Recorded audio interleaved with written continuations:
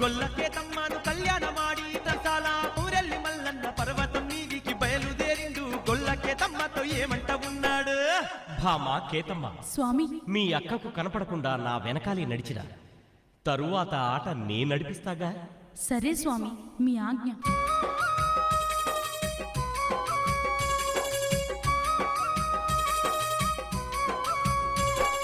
పర్వతాల మీద ఉన్న మేడలమ్మ మల్లన్న రాకను గమనించినాది. పరుగు పరుగున ఇంట్లోకి వెళ్లి మంగళారతితో ఎదురు వస్తున్నది.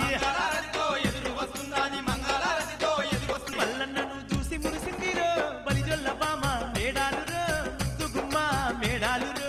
చేతిలున్న మంగళారతినైతే మల్లన్న చుట్టూ తిప్పిందిరో, ఇంట్లోకి రమ్మని పిలిదిరో. అగో స్వామి, నీ వెనక ఎవరో ఉన్నట్టుంది. ఎవరూ లేరు మేడలమ్మా.